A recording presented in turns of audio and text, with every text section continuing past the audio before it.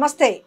So Telangana రాష్ట్రంలో 6 నెలలు వెళ్ళి 7 నెలల కాలం గడుస్తుంది. కానీ ఇంత వ్యతిరేకత ఎందుకు వస్తుంది? అన్ని వర్గాల వారు రోడ్లపైకి వస్తే నిరసనలు, ధర్నాలు తెలియజేస్తున్నారు. ముఖ్యంగా నిరుద్యోగుల విషయంలో ఏదైతే ముందుగా హామీ ఇచ్చారో అది 46 జీవో కావచ్చు, గ్రూప్ 1, 2, 3 కావచ్చు, లేదంటే 1:100 బేస్ కావచ్చు, 46 జీవో కావచ్చు, నిరుద్యోగ భృతి కావచ్చు.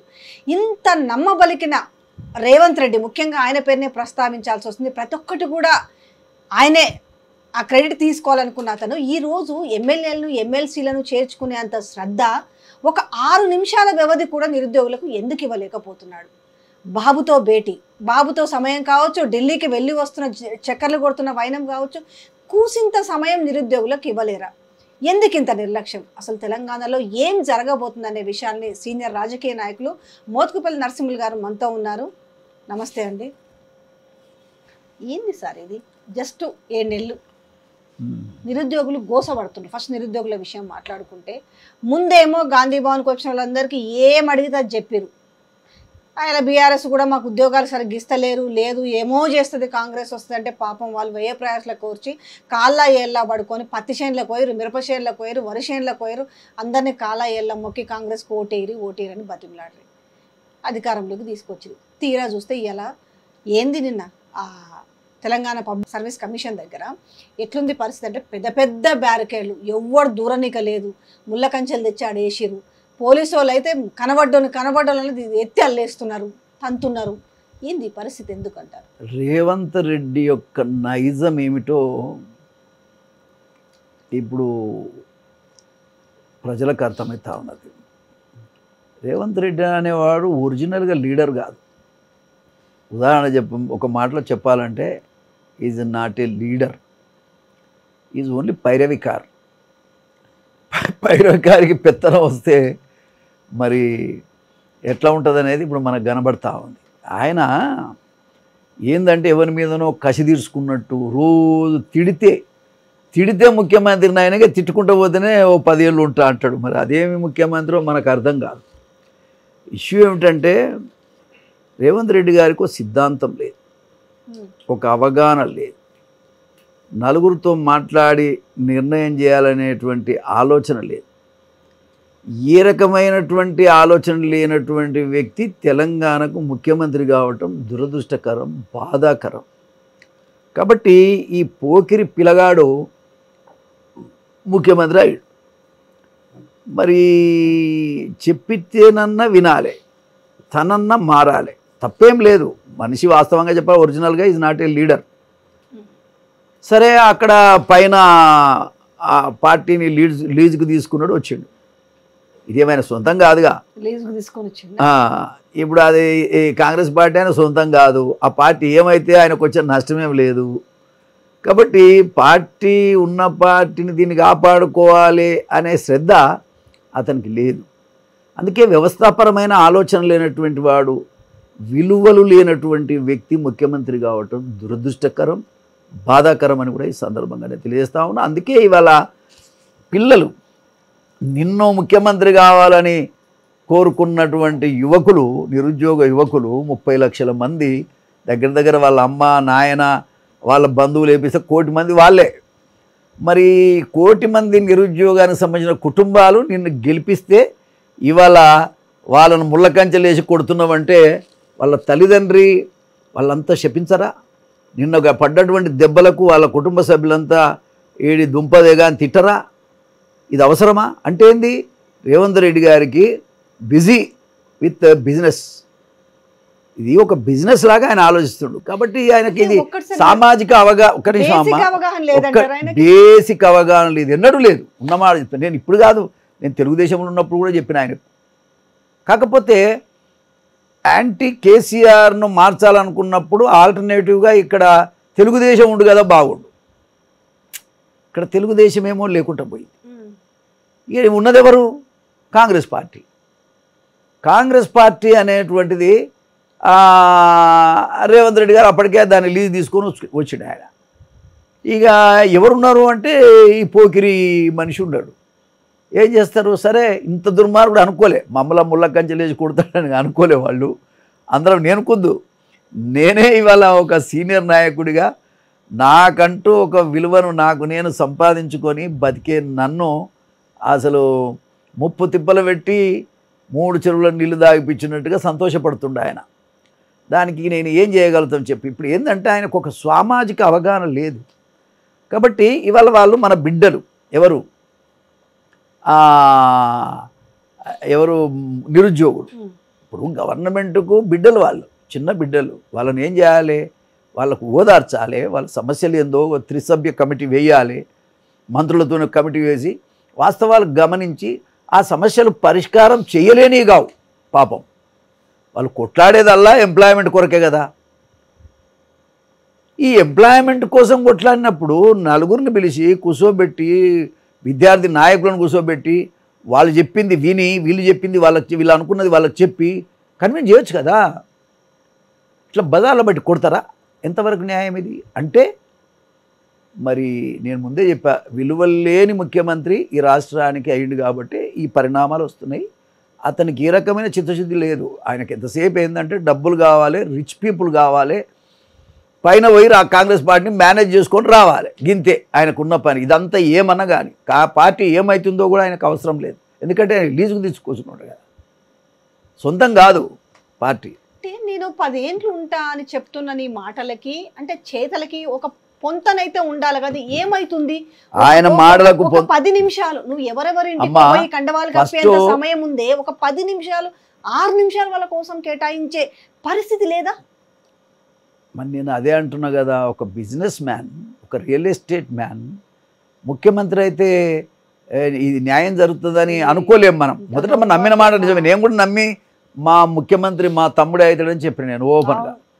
మరి తమ్ముడు ఎక్కడ పోయిండో కానీ ఇలా నన్ను, నా కులాన్ని, మాదిగ జాతిని కంటికి కనబడకుండా చేసిండు. ఇక నిరుద్యోగులు నమ్మి ఓట్లేసినందుకు, అసలు దళితులు మొదట కాంగ్రెస్కి వేస్తారు ఓటు.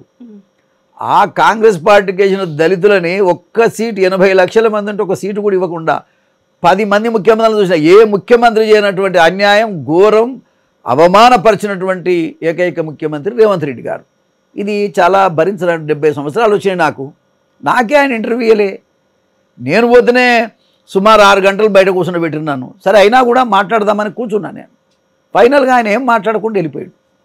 అంటే ఇంత బిజీగా ఉన్నాడు చూడు ఆయన, చాలా బిజీగా ఉన్నాడు. ఏం బిజీగా ఉన్నాడు అంటే అసలు ఇంటికాడ ఎవడన్నా వచ్చి కూర్చుంటే ఎన్ని వేల కోట్లోడు వచ్చిండో అది మొదలు చూస్తాడు ఆయన. దాంట్లో మన షేర్ ఎంత వస్తుంది, అది ఆయన మనసులో ఉన్నటువంటి విషయం. దానికోసమే ఆయన ప్రయాణం తప్ప ప్రజల కోసం కాదు. ప్రజల మనిషి కాలేడు. చేర్చుకునే బిజీలో ఉన్నాడు. ఆ రోజు ఏమన్నారు, బీఆర్ఎస్ పార్టీలో చేర్చుకున్నప్పుడు ఆయన వాళ్ళు ఏదో చేసి టెక్నికల్ క్లాస్ చూపించి విలీనం చేసుకున్నారు. ఆ విలీనం తర్వాత మొన్న పోటీ చేసిన వాళ్ళలో జస్ట్ 2 గెలిచిరు. ఒకరు సుధీర్ రెడ్డి అయితే ఒకరు సబితమ్మ గెలిచిరు. మిగతా 9 మంది పోయారు. ఇప్పుడు అది తెలుసుకొని కూడా ఒకవేళ అక్కడ మిస్టేక్ జరిగింది, ఈ మిస్టేక్ మేము చేయకూడదు అనేది కాకుండా కారణం చూపిస్తున్నాడు. నన్ను గూర కొడతారట, ఎవరాలు చూస్తా, మీరు గూర కొడుతుంటే నేను చూస్తుంటా, నేను అందుకే చేర్చుకుంటున్నా అంటూ రాహుల్ గాంధీ పెట్టిన మేనిఫెస్టో. విలువగలిగిన మనిషి ఎవడన్నా మాట్లాడతాడా? ఒక మాట, లాల్ బహదూర్ శాస్త్రి ఎక్కడో ట్రైన్ యాక్సిడెంట్ జరిగితే ఆయన రిజైన్ చేసాడు. ఆయనకి ఏం సంబంధం? ఇప్పుడు విలువలు లేని మనిషి అని ఎథిక్స్ లేవు కదా. ఎథిక్స్ లేనప్పుడు ఇది ఉల్టానే మాట్లాడతారు. ఇప్పుడు కేసీఆర్ తప్పు చేసిండు, నువ్వు చేయాలని ఎక్కడుంది? నేను ఆయన గోషుడ కొడతా, ఆయన గొంగడి బొంతుడ కొడతా, ఇవ్వా అంటే అర్థం ఏంటంటే మనిషి ఎంతసేపు కసి కక్ష కనబడుతుంది అతని లోపల, కానీ ప్రేమ కనబడటం. కారణం ఏంటి? మెచ్యూరిటీ లేదు.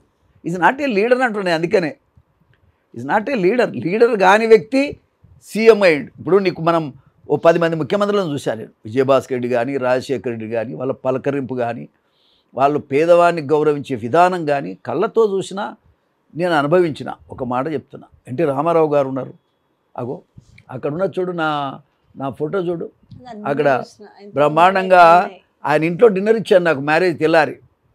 మహనీయుడు. సామాజిక న్యాయం కొరకు ఆలోచన చేయగలిగిన పరిస్థితి ఉంటే ఇట్లా రాదు. అట్లా ఉంటే ఈ ఈ ఈ పరిస్థితి రాదు. ఎవడన్నా పిల్లలను పట్టుకొని ఇష్టం వచ్చినట్టు కొట్టి వాళ్లకు రకరకాలుగా ఇబ్బందులు పెడితే ఏ రకమైన ప్రభుత్వం ఇది? అంటే నీకంటే ఇప్పుడు అవతల మార్చిన ప్రభుత్వాన్ని మార్చుకున్నాం, మరి వాళ్ళకంటే నువ్వు అదనంగా చేస్తున్నది ఏంది నిరుద్యోగులకి? అది కదా ఇప్పుడు నువ్వు రాహుల్ గాంధీని తీసుకొచ్చి అశోక్ నగర్లో నిలబెట్టి బ్రహ్మాండంగా ఉద్యోగాలు ఇస్తామని చెప్పి నిరుద్యోగ భృతి ఇస్తా అని చెప్పినావు, ఇచ్చినవా? నిరుద్యోగ భృతి కాదు కదా, అసలు వాళ్ళని బతకకుండా చేస్తున్నాడు ఇవాళ. ఇది అన్యాయం కదా. నిరుద్యోగ భృతి ఖచ్చితంగా ఇవ్వాలి. నిజంగా ఫస్ట్ రాగానే ఆయన చేయాల్సింది ఏంటంటే నిరుద్యోగ భృతి ఇవ్వాలి స్టార్టింగ్, తర్వాత ఉద్యోగాలు ఇవ్వాలి, తర్వాత రైతు బంద్ ఇవ్వాలి. 15,000 ఇస్తా అన్నావు, ఇచ్చినవా? ఏమండి? అదేవిధంగా పెన్షన్ 4,000 ఇస్తాను, పాత పెన్షన్లే ఇస్తాడు ఈయన, ఇంకా కొత్త పెన్షన్ ఏమి ఇస్తాడు ఈయన? అమ్మాయిలకు ఇది మన 18 సంవత్సరాల పైబడిన వాళ్ళకి స్కూటీలు ఇస్తారు, అంతేకాకుండా 2,500 రూపాయలు ప్రతి మహిళకి ఇస్తా అన్నాడు. మరి ఎప్పుడు ఇస్తాడో ఏం సంగతి జనం ఎదురు చూస్తా ఉన్నారు. అంటే ఒక్కటి అనుకోవచ్చు, ఏముందిలే ఇంకా గట్టెక్కినాం కదా. You are correct. ఇంకా 4 ఏళ్ల దాకా ఎలక్షన్లు లేవు, 4 సంవత్సరాల 3 నెలల దాకా ఎలక్షన్లు లేవు. ఏదో లోకల్ బాడీ వస్తే మనం అదో చూపిస్తాం, అదేముంది లోకల్ బాడీ మెయిన్ ఎలక్షన్ లేవు, మనం అడిగేటోళ్ళు ఎవరు? ఏం చేస్తారు? ఇప్పుడు అదే వచ్చింది. ఇప్పుడు ఆయనకి ఏంటంటే ఓడదాటినాక ఓడమలే, ఓడదాటినాక బోడిమలే అని ఉందిగా సామెత. అట్లా ఆయన దాటిండు. ఇప్పుడు జనాన్ని ఎట్లా పీక్క తినాలి, ఎట్లా జనంని ఏ విధంగా ఇంకా మోసం చేయాలనే ఆలోచన ఉండదు తప్ప మరొకటి కాదు. ఆయన ఏ రకంగా ఒక లీడర్ అంటే ఏంటి మేడం? ఆస్తులు పెంచుకోవటమా? ఎందుకు మీకు ఈ ఆస్తులన్నీ? మీ లీడర్ అంటే జనాన్ని ఇబ్బంది పెట్టమా? ఒక మనిషి బాధపడుతుంటే ఆ బాధ లీడర్ కూడా పంచుకున్నాడు లీడర్, అంతేగాని అవతల మనుషులు బాధపడుతుంటే సంతోషపడేటోడు ఆయనేం లీడర్ అండి ఎవడైనా సరే. ఇది చాలా దుర్మార్గమైనటువంటి పరిపాలన ఈ రాష్ట్రంలో నడుస్తూ ఉంది. అది నాకు ఇంటర్వ్యూ వస్తే నేను మాట్లాడుతానంటే నాకే ఇంటర్వ్యూ ఇవ్వటం లేదు, నేనేం చేయాలి చెప్పిగా తల ఎడగొట్టుకోవాలి. కాబట్టి ఇవాళ ప్రెస్లో లేకపోతే పార్టీలో ఉండి ఈ ప్రెస్లో మాట్లాడాల్సిన అవసరం నాకు లేదు. డైరెక్ట్గా పోతాం, 4 మాటలు మాట్లాడతాం, వస్తాం. పదవి సంగతి దేవుడు ఎరుగు. కానీ ఆ అవకాశం ఎవరికి లేదు. కారణం ఏంటంటే అతను ఒక నియంతగా ఇవాళ కొనసాగుతూ ఉన్నాడు. ఆయన సేపు ఏంటంటే ఢిల్లీని మేనేజ్ చేసుకున్నంతకాలం నన్ను ఎవడేం చేయలేడు అనే ఒక అభిప్రాయం కింద ఆయన రాజ్యాన్ని నడుపుకుంటాడు. నేను ఇంతకుముందు చెప్పాను కదా, కాంగ్రెస్ పార్టీని లీజుకు తెచ్చుకున్నాను. హైదరాబాద్ టు ఢిల్లీ, ఢిల్లీ టు హైదరాబాద్, ఇప్పటికే 100 సార్లు పోయి వచ్చినట్టుండు. ఇక పరిపాలన ఏం చేస్తాడండి ఆయన? సో ఇప్పుడు ఈ చేర్చుకుంటున్న నేపథ్యంలో తెలంగాణ ప్రజలు ఒకప్పుడు అంటే ఏమో కానీ ఇప్పుడు సోషల్ మీడియా ఇంత దగ్గరగా ఉంది, ప్రతిదీ గమనిస్తున్న నేపథ్యం కనిపిస్తుంది. ఇట్లా నువ్వు మళ్ళీ చేర్చుకుంటుంటే మొన్న చేర్చుకున్న వాళ్ళే గెలవలేదు, ఇప్పుడు చేర్చుకున్న వాళ్ళు అందరూ అల్లగా అట్టేసుకుంటే ఏంది పరిస్థితి? కూడా ఒకవైపు ఏమో ప్రజలు పట్టించుకోకపోతారు, మరొక వైపు ఏమో వాళ్ళకేం ప్రయారిటీ ఇస్తుండ్రి. అమ్మా, ఆయనను ఏ పరిస్థితుల్లో కూడా ఆయన పదవి తీసేయాలని ఎవరికి లేదు వాస్తవంగా. కానీ ఆయనకు భయం ఏంటంటే ఎప్పుడన్నా ఏదన్నా కూలిపోద్దా ఏంది, నా సీటు పోద్దా ఏంది అనే దాని మీద ఆయన తప్పులన్నీ చేస్తూ ఉన్నాడు. లీడర్ ఎట్లుండాలంటే ఒకవేళ అలాంటి ప్రమాదం వస్తే ప్రజలు మన రిస్క్లోకి రావాలి. అది లీడర్షిప్. ప్రజల నుంచి మద్దతు రావాలి. వచ్చి ఎవడైతే తప్పు చేసినా వాడిని తోమే కార్యక్రమం ఊళ్ళలో చూస్తారు. మన ఎన్టీ రామారావు గారిని ఇది చేసినప్పుడు ఊకున్నారా జనం? తండ్రి ఊళ్ళలో ఎగబడి కాబట్టి నేననేది ఏంటంటే ప్రజారంజకమైనటువంటి పరిపాలన చేస్తే అటువంటి పరిస్థితి వస్తుంది. కాబట్టి 6 నెలలు కాకముందే 16 సీట్లు, అంటే ఒకటి ఎంఐఎం పోగా 16 సీట్లుంటే 8 సీట్లే గెలిచిండంటే సిగ్గుతో తలంచుకోవాలి. రెఫరెండం అని చెప్పాడు. రెఫరెండం అని చెప్పిన తర్వాత మరి రిజైన్ చేయాలి కదా. గెలిచిన 8ని కూడా నేను చూడు, నా తీరు చూడు, నేను కాబట్టి గెలిచిన అంటే సిగ్గుండాలి కనీసం. నేను కాబట్టి గెలిచినాడానికి లేదు, ఎందుకంటే అక్కడ ఒప్పుకోలే కదా. ఉత్తమ్ కుమార్ రెడ్డి నేను గెలిపించుకున్నా అన్నాడు, ఖమ్మం పోతే మేము గెలిపించుకున్నామని చెప్పారు. ఎవరికి వాళ్ళ ఖాతాలో వేసుకున్నారు. ఈయన సిట్టింగ్ సీట్ ఈయన గెలిపించుకోలేదు. అసలు రెఫరెండం అని మాట్లాడడం కాక ఆయన రిప్రజెంట్ చేసినటువంటి మల్కాజ్గిరి పోయింది, ఆయన నియోజకవర్గం ప్రాతినిధ్యం వహిస్తున్నటువంటి నియోజకవర్గం అది పోయింది. ఈ 2 సీట్లు పోయినాక ఆయన పదవిలో ఉండటానికి అర్హుడే కాదు. మరి ఎందుకు హైకమాండ్ ఆలోచిస్తలేదు? అంటే దానికి సాక్ ఏం చెప్తున్నాడు అని అంటే అది బీఆర్ఎస్ వాళ్ళకి సపోర్ట్ చేసిందని ఒక సాక్ చెప్తున్నాడు. ఇగో మోటుగా వస్తున్నాయి నాకు కొన్ని మాటలు. కానీ ఇష్యూ ఏమిటంటే ఇక్కడ నెట్టేయటం కాదు, ఎవరి మీదనో నెట్టేసి నీ రాజకీయ ప్రయోజనం కోసం నువ్వు మాట్లాడటం అంటే నీకు విలువలేని మనిషివి కాబట్టి అట్లా మాట్లాడుతున్నావు.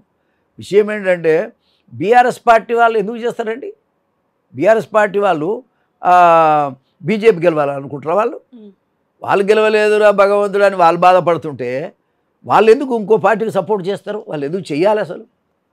ఇదంతా ఏంటంటే ఆడలేక మధ్యలో ఓడిపోయిందట చూడు, అట్లా ఉంది. ఈ ఆడరా నాయన అంటే గజ్జలు పాతాయని చెప్పిండట. ఇన్నా గజ్జలు పాతగునే అంటున్నాడు. ఆర్డర్ అంటే వీడికి ఆర్డర్ రాదు, మన రాదు. బికాజ్ ఇది నాట్ ఏ అడ్మినిస్ట్రేటర్. అదే నేను చెప్తున్నా. అతను అడ్మినిస్ట్రేటర్ కాదు, పరిపాలన దక్షత లేదు, పాలన చేసే అర్హత లేదు. కాబట్టి ఈ పరిణామాలు వస్తున్నాయి. అసలు ఒక్క మాట చెప్పాలంటే 6 నెలలు కాకముందే పాపం రాహుల్ గాంధీ ప్రధానమంత్రి కావాలనే కలలను దెబ్బకొట్టిన వ్యక్తి రేవంత్ రెడ్డి. ఎట్లా? అరే నీకు 16 వస్తే సంఖ్య ఎంత పెరుగుతుండే మనం అనుకుందాం. ఈయన చెడగొట్టిండు. ప్రధానమంత్రిని కాకుండా రాహుల్ గాంధీని చేసినటువంటి ఏకైక నాయకుడు కూడా రేవంత్ రెడ్డి. అందుకే నేను లీజుకు తీసుకుంటా, ఓనర్ కాదు పార్టీకి. ఒక్కసారి ఏపీతో కంపేర్ చేసుకుంటే మొన్నటిదాకా ఏపీ చాలా నష్టాల్లో ఉంది. అసలు ఏపీ ఆర్థికంగా చాలా వెనుకబడి ఉంది, చాలా అప్పుల పాలైన ఏపీలో చంద్రబాబు నాయుడు నేను శిష్యుడుగా అంటాడు, ఇప్పుడు ఒప్పుకోవట్లేదు, గురువు అంటే ఒప్పుకోవటం, సమకాలికుడు అంటున్నాడు అనుకోండి. ఆడ చంద్రబాబు నాయుడు పెన్షన్ ఆయన సమకాలికుడు అంటుండా, ఇప్పుడు నా సహచరుడు నా సమకాలికుడు అంటుండు. ఇంకోసారి గురువు అనొద్దన్నాడు. ఈ మాట బాగా గురువు అనడు కాదు, గురువు అంటే ముడ్డి మీద అంతా అన్నాడు. ఆ మాట కూడా అన్నాడు, గురువు అనొద్దు, గురువు అంటే ముడ్డి మీద. Correct, exactly. ఇప్పుడు సమకాలు అంటే ఒక ముఖ్యమంత్రి ఏ దశలో ఉండో ఒకసారి ఆలోచించు. ఊళ్ళో ఉన్నోడు కూడా ఎవడు మాట్లాడాడు, ఊళ్ళో ఉన్నోడు చదువు సంధ్యలు లేక బర్రగాసుకుంటోడు కూడా ఎవడు మాట్లాడాడు. ఎవడో ఒక ఇంటర్వ్యూలో దేన్నో చూసిన నేను, గురువు అంటే నష్టమేందండి. నాకు ఎన్టీ రామారావు గురువు ఒక మాట. నీకు ఇలా స్థాయి పెరగడానికి కారణం కూడా చంద్రబాబు నాయుడే, నేను ఉన్నమాట చెప్తున్నా. బట్ ఆయనను గురువు అంటే నష్టమేంది? అంటే ఆయన సీఎం, నేను సీఎం, ఎట్లా అవుతుంది గురువు? ఇప్పుడు సమకాలికుడు, నేను సహచరుడిని అయితే కానీ నాకు నేను ఎట్లా ఒప్పుకుంటా శిష్యుడు? ఒప్పుకోమట్లా. ఒప్పుకోకపోతే కాలం నిర్ణయం చేస్తుంది, ప్రజలు నిర్ణయం చేస్తారు. చంద్రబాబు నాయుడు గారిని గురువు అంటే ముడ్డి మీద అంతా అంటే నువ్వు ఎవరిని ముడ్డి మీద అంతావు? అంటే ప్రజలనా? ఎవరైతే అంటారో వాళ్ళది. అనొద్దు అనేసి అంటున్నాడు, ఇంకోసారి ఆ మాట అనొద్దు అనేసి. అయితే అక్కడ సాధ్యమైన పెన్షన్ వాళ్ళకు అది కాదమ్మా, ఎంత సిగ్గుమాలిన వ్యవహారం అది. ముడ్డి మీద తన పదం ఒక ముఖ్యమంత్రి మాట్లాడొచ్చా? అది కూడా ఒక ఇంటర్వ్యూలో. ఎన్ని ఉన్నాయి అట్లాంటివి మనం తీసుకుంటాం, 1 2 మాటలు బాబ్బా. అయితే ఆడ సరే ఆయన బాబు ఒక 5 ఆయన ప్రమాణ స్వీకారం రోజు ఒక 5 వీటి మీద సంతకాలు చేసిండు. దాంట్లో భాగంగా పెన్షన్ కూడా ఉంది. ఆయన నేను ఏప్రిల్ నుంచి హామీ ఇచ్చినా కాబట్టి పెన్షన్ 1000తో కలిపేసి 3 నెలలు 3000, ఒక 4000 పెన్షన్తో 7000 ఇచ్చింది కదా. ఇక్కడ కనీసం పాత పెన్షన్లే మధ్యలో 2 నెలలు ఎగదొబ్బేసిరు. ఎందుకు ఇక్కడ సాధ్యం అవుతలేదు? అంటే అక్కడ సాధ్యమైంది లేదు, ఈ చిత్తశుద్ధి లేదు, ధ్యాస లేదు, ఇవ్వాలనే మనస్తత్వం లేదు. ఆయన ధ్యాస వేరు. ప్రపంచంలోనే ఎవడు లేనంత రిచ్ మ్యాన్గా తనకు కావాలన్నట్టు ఆయన కోరిక గది. ఇవన్నీ చేయాల్సిన అవసరం ఆయనకి ఏమొచ్చింది? ఇట్లా అట్లా అన్ని ఆలోచిస్తే కొంచెం కంపేర్ కూడా చేసుకోవచ్చు కదండి. మొన్నొచ్చిండు మరి ఆయన చంద్రబాబు నాయుడు పరిపాలన దక్షతకు ఈయనకు ఏ రకమైన కంపారిజన్ లేదు, ఏ రకంగా ఆయన కంపారిజన్ లేదు. ఇంకొకటి అక్కడ చంద్రబాబు నాయుడు అదొకటే కాదమ్మా, డైరెక్ట్గా పెన్షన్లు ఇచ్చాడు. 16,000 మందికి టీచర్ పోస్టుల కోసం నోటిఫికేషన్ కూడా ఇచ్చాడు. 16,000 టీచర్ పోస్టులు. ఈయన 10,000. ఇప్పుడు టీచర్లు లేకుండా చదివేట్లు వస్తుందమ్మా? చదువుకున్న పిల్లలంతా పేదోళ్ళు, ఎస్సీలు, ఎస్టీలు, బీసీలు. ఇవాళ రేపు ఎవడు ఉన్నోడు గవర్నమెంట్ స్కూళ్ళలో చదవటం లేదు, ఎక్కడో ప్రైవేట్ స్కూళ్ళలో చదువుతాడు. ఇక స్కూళ్ళలో పోయేటోడు ఎవడు? పేదోడు. మరి పేదోడికి టీచర్ లేకపోతే ఎట్లా చదువుతాడంటే, ఈ టీచర్ లేకుంటే ఏంది, వాళ్ళు చదవకుంటే ఏంది? రేవంత్ రెడ్డి పాలసీ. చదివితే ఎవరిని ఉద్ధరిస్తారు వీళ్ళు? అవసరమా? ఎస్సీలు, ఎస్టీలు గట్టినే ఉండాలి. 80 లక్షల మంది ఉన్న మాది వాళ్ళకు ఒక సీట్ లేదంటే నువ్వు అర్థం చేసుకోమ్మా. దాని అర్థం ఏంటంటే డిప్యూటీ సీఎం ఫోటోలు అధికారిక ప్రభుత్వ కార్యాలయాల్లో అన్నిట్లలో పెట్టాలనేసి అక్కడ చంద్రబాబు ఎంత గొప్ప మనసు చంద్రబాబుది, ఎంత గొప్ప మనసు. ఈడ చూస్తేనేమో పాపము డిప్యూటీ సీఎం ఫోటో ఫ్లెక్సీలలో లేపేసారు. ఫస్ట్లో ఉండే, మెల్లమెల్లగా దాన్ని తీసేసారు. ఇక్కడ మరి ఎందుకు లేదు ఆ పరిస్థితి? అంత విశాలమైనటువంటి దృక్పథము రేవంత్ రెడ్డికి లేదు. నువ్వు కూడా రెడ్డివే చెప్తున్నా, రేవంత్ రెడ్డికి లేదు, రేవంత్ రెడ్డికి ఉండదు. బట్టి విక్రమార్క పేరు కాదు, ఆయన ఫోటో మరి అన్ని గవర్నమెంట్ ఆఫీసులలో పెట్టాలి అనేటువంటి కనీస విజ్ఞత ఆయనకు లేదు. చంద్రబాబు నాయుడు చూసినా నేర్చుకోమంటున్నా, నేను డిమాండ్ చేస్తున్నా బట్టి విక్రమార్క యొక్క ఫోటోను చంద్రబాబు నాయుడు గారు పెట్టినట్టుగా అన్ని ఆఫీసులలో పెట్టాలనేది కూడా నేను డిమాండ్ చేస్తున్నా. రేవంత్ రెడ్డి గారు వెంటనే జీవో ఇష్యూ చేయాలని కూడా మీ ద్వారా నేను ఆయన కూడా అనిపిస్తుంది డిమాండ్ చేస్తా. డిప్యూటీ సీఎం కి అక్కడ చంద్రబాబు నాయుడు అనే వ్యక్తి, ఇక్కడ డిప్యూటీ సీఎం సీఎం ఫోటోలు రెండు ఉండాలని చెప్పినప్పుడు ఇక్కడ ఈయనకు అనిపించదా డిప్యూటీ సీఎం ఎందుకు అతను లీడరే కాదని నేను 100 సార్లు చెప్పినాను, వింటలేదు. ఇప్పుడు ఒక మాట చెప్పాలి, నిజమే. ఆ కుర్చీలో కూర్చున్నప్పుడు జ్ఞానం పెరగాలి, పరిపక్వత పెరగాలి, ఆలోచన విధానం మెచ్యూరిటీ లేనప్పుడు ఎవరేం చేస్తారు? ఒక మూర్ఖుని ఆ కుర్చీలో కూర్చుండ పెడితే జరగబోయే పరిణామాలు ఏందో మనం అనుభవిస్తున్నాం. సామాజిక న్యాయం కోసం ఆలోచించేవాడైతే పనిచేస్తాడు. చంద్రబాబు నాయుడు గారు సామాజిక న్యాయం, సమన్యాయం ఉండాలని కోరుకున్న వ్యక్తి చంద్రబాబు నాయుడు గారు. అట్టడుగు వర్గాలను తొక్కేయాలి, మా మా రెడ్లతో సమానంగా ఎవడు ఉండటానికి వీల్లేదంటూ పరిపాలన చేస్తుండు. మరి ఆయన మనం ఏం చేయగలుగుతాం చెప్పు? దుర్మార్గునికి ఏమని చెప్పగలుగుతాం? ఏ రకంగా ఆయనకు చెప్పగలుగుతాం చెప్పి ఆయన వినే పొజిషన్లో ఉన్నాడా? బట్టి విక్రమార్క యొక్క ఫోటోను ఆఫీసులతో ఆయనతో సమానంగా పెట్టుమని చెప్పేంత ఉదార స్వభావం రేవంత్ రెడ్డికి ఉందా? అయినా నేను ఒక దళితుడిగా నేను డిమాండ్ చేస్తా ఉన్నా, బట్టి విక్రమార్క యొక్క ఫోటో ఆంధ్రలో పెట్టినట్టుగా, ఆంధ్రలో చంద్రబాబు నాయుడు గారు ఇచ్చినట్టుగా జీవో రేవంత్ రెడ్డి గారు ఇవ్వాలి, ఇచ్చి వెంటనే పెట్టాలని కూడా మీ యొక్క ఛానల్ ద్వారా నేను డిమాండ్ చేస్తాను. ఇస్తారని నమ్మకం ఉందా? ఇవ్వకపోతే కాలగర్భంలో కలిసిపోతారమ్మా. ఏం దళితులు అంటే తమాషనా, పేదోళ్ళు అంటే తమాషనా? అన్నీ చూస్తుంటారు కదా, అన్నీ చూస్తుంటారు కదా. ఇసుక కూడా చంద్రబాబు నాయుడుకి ఫ్రీగా తీసుకోమని చెప్పిండు. ఉదార స్వభావం ఉండాలి. పేదోళ్ళు ఎట్లా బతుకుతారు అనేది ఆలోచన ఉండాలి లీడర్కి. నేను ఎట్లా బతుకుతా అనే ఆలోచన. తన కోసం బతికేటోడు ఏకైక వ్యక్తి రేవంత్ రెడ్డి. అతని పరిపాలన మొత్తం ఆయన కోసమే, ప్రజల కోసం అయితే కాదు. అయితే ఇప్పుడు ఇచ్చిన ఏవైతే 6 గ్యారంటీ స్కీమ్స్ ఉన్నాయో ఏవి కాలేదు, పాడైపోను అమ్మా. దాంట్లో నువ్వు 6 బోరు ఇవన్నీ వేస్ట్. అది నేను ఒక మాట రైతు బంధు లేదు, రైతు బంధు అనేటువంటిది రైతులందరికి సంబంధించినటువంటి 15,000 ఇస్తాను, ఇచ్చిండా? ఈ ఖరీఫ్కి 10,000 దిక్కు లేదు, ఇచ్చిన గతంలో ఉన్నాయే దిక్కు లేదు. మరిగా కేసీఆర్ కంటే నేను గొప్పోని, కేసీఆర్ కంటే నేను గొప్పోని అంటే ఎట్లా గొప్పోడి? మరి నువ్వు చెప్పాలి కదా, నువ్వు ఎడ గొప్పోడివి, ఎట్లా గొప్పోడివి? మంది కొంపలు ఆర్చడం కోసమే తప్ప గొప్పోడివి తప్ప ఏ రకంగా నువ్వు గొప్పోడివి? అంటే ఎమ్మెల్యేలంతా మారిస్తే నువ్వు గొప్పోడివి అవుతావు. తిడతారు, చరిత్రహీనుడు చేస్తాడు ఆ పనులు ఎవడు చేసినా సరే. ఆయన చేసిండు కాబట్టి నేను చేస్తా. అదా రాజకీయం? నీకు రాజ్యాధికారం ఇచ్చింది డబ్బులు పెట్టి ఎమ్మెల్యేలను ఎమ్మెల్సీలను కొనుక్కుంటున్నావు అనేటువంటిది అంటున్నారు ఇవాళ ప్రజలంతా చెప్తున్న మాట. అది మనం ఒక్కలం చెప్పే ముచ్చట కాదు. దీని మీద ఉన్న శ్రద్ధ నిరుద్యోగుల మీద లేదు. దీని మీద మార్చుకునేంత ఎమ్మెల్యేలను మార్చుకునే దాంట్లో ఉన్న శ్రద్ధ పేదోళ్ళ మీద లేదు. ఇంకా కళ్యాణ లక్ష్మి 1,00,000 కాదు, తులం బంగారం ఇస్తా అన్నాడు, ఏమైపోయినాయి? దళిత బంధు 10 లక్షలు కాదు 12 లక్షలు ఇస్తామన్నారు. వ్యవసాయ కూలీలకు 12,000 రూపాయలు ఇస్తామన్నారు సంవత్సరానికి, వ్యవసాయ కూలీలకు. మరి ఏది? కౌలు రైతులు ఏమైనారు, వ్యవసాయ కూలీలు ఏమైనారు, ఏమైపోయినట్టు? మహిళలకు 2,000 ఎక్కడ పోయినాయి? అసలు దాని మీద సమీక్ష కూడా లేదు. ఏమైనా సమీక్ష చేస్తాడు? మీరు చూస్తారా ఆయన సిట్టింగ్ పొజిషన్ కానీ, ఆయన బాడీ లాంగ్వేజ్ కానీ, ఆ మనిషి తీరు కానీ, ముఖ్యమంత్రి అని తెలంగాణ ప్రజలు ఎవ్వరు అనుకోవటం లేదు. కాకపోతే they will wait for time అంతే.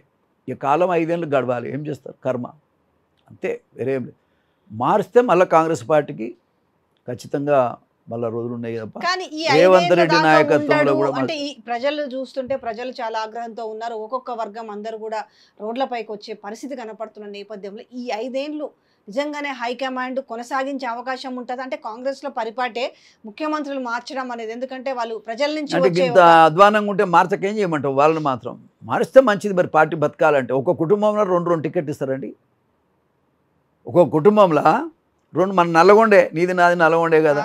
మరి 12 సీట్లు ఉంటే 6 సీట్లు ఆ 3 కుటుంబాలే తీసుకుంటారు. ఇక మరి పేద బీసీలంతా ఎటు పోవాలి, ఎస్సీలంతా ఎటు పోవాలి చెప్పండి మీరు? అది కాంగ్రెస్ పార్టీ. ఇక అది కాంగ్రెస్ పార్టీ అంటే దాన్ని నాశనం చేసుకుంటారు. 3 మంత్రులు కూడా వస్తున్నారు. మరి అట్లంటే ముగ్గురు అది కూడా ముగ్గురు ఆ, ఆ. మీరు ఒక కుటుంబంలో 2 సీట్లు అంటారు కానీ లేలే, ఒక కుటుంబంలో ఇద్దరు కుటుంబంలో మంత్రులు ముగ్గురు అడుగుతున్నారు. ముగ్గురు ఇప్పుడు ఆయనకిస్తే ఇప్పుడు ఇంకొక వ్యక్తికి వాళ్ళ అన్నకి ఇచ్చారు కాబట్టి తమ్ముడికి ఇవ్వాలి. ఎందుకనంటే మన భువనగిరి లేకపోతే గెలవకపోతుంటే బూర నర్సే గెలిచేది, రాజగోపాల్ రెడ్డి నెత్తినెత్తుకోవడం వల్లనే అది గెలిచింది అనేసి. ఒకవేళ రాజగోపాల్ రెడ్డికి ఇచ్చినప్పుడు నా భార్యకి ఎందుకు ఇవ్వకూడదని ఉత్తమ్ కుమార్ రెడ్డి. ఇప్పుడు ఇంటికి 2 మంత్రి పదవులు కూడా ఇవ్వాలి. పంచుకుంటారు అంతే, వాటాలు పంచుకుంటారు. ఇలా వాటాలు పంచుకున్నందుకే వీళ్ళు రాజకీయాల్లోకి వచ్చిండ్రు, మంత్రులు అవుతున్నారు, ముఖ్యమంత్రి అయ్యిండు తప్ప ప్రజల కోసం కాదు. ఇది ప్రజల ప్రభుత్వం కాదు. కానీ ఏం చేసారు మరి ప్రాత ప్రభుత్వం మీద? పొద్దున్న లేస్తే కేటీఆర్, కేసీఆర్, హరీష్ రావు లేకుండా పొద్దు గడవని పరిస్థితి ఉంది. మీరు మీడియాలకు వస్తే ఎంతసేపు ప్రజల్ని పాపం డైవర్ట్ చేద్దాం అనుకుంటారు, కానీ దానికి మించి అది ఎవడు వింటలేడు. రేవంత్ రెడ్డి మాటను ఎవడు కూడా కన్సిడర్ చేస్తలేరు, ఎవరు వింటలేరు కూడా. అసలు రేవంత్ రెడ్డి మాట్లాడేటి అని పొల్లు మాటలు, పనికి మాలిన మాటలు అనేటువంటిది ఇలా ప్రజలకు అర్థమైపోయింది. ఇలా ప్రజల్లో రేవంత్ రెడ్డి లేడు, చెప్తున్నా నేను. ప్రజల్లో రేవంత్ రెడ్డి లేడు. ఖచ్చితంగా రేవంత్ రెడ్డికి వ్యతిరేకంగా ప్రజలు పోలరైజ్ అవుతున్నారు. రాబోయే కాలంలో తగిన గుణపాఠం కూడా చెప్తారు. తెలంగాణలో ఇద్దరు భేటీ అంటే ఆ రోజు ఉన్న విభజన హామీల విషయంలో ఒక చర్చ తీసుకురావడానికి బాబు రేవంత్ భేటీ వలన వచ్చే ఉపయోగాలు ఏమున్నాయి తెలంగాణకి? రేవంత్ రెడ్డి గారికి ఏం తెలివి ఉందో లేదో నాకు తెలియదు, కానీ చంద్రబాబు నాయుడు మాత్రం న్యాయమైన అడుగుతాడు. ఆయన తెలంగాణకు అన్యాయం చేసే మనిషి అయితే కాదు. ఎందుకంటే తెలంగాణ డెవలప్ చేసిన దాంట్లో ఆయన పాత్ర చాలా ఉంది. ఇవాళ ఈ రెవెన్యూ అంతా వస్తుందంటే ఆయన దయ వల్లనే, ఆయన చేసినటువంటి డెవలప్మెంట్తోనే వస్తున్నది, ఒక మాట చెప్పాలంటే. కాబట్టి ఆయన తెలంగాణలో ముఖ్యంగా హైదరాబాద్ మీద చాలా ఆయనకు ఒక మంచి అభిప్రాయం ఉంది, ఆయనకు కమిట్మెంట్ ఉంది. కాబట్టి అటు ఆంధ్ర ప్రజలను బాగా చేయడంతో పాటు తెలంగాణకు కూడా అన్యాయం జరుగుద్దనేటువంటి అభిప్రాయంలో చంద్రబాబు నాయుడు గారు ఉంటారు. ఆ రకంగానే ఆయన చేస్తాడు.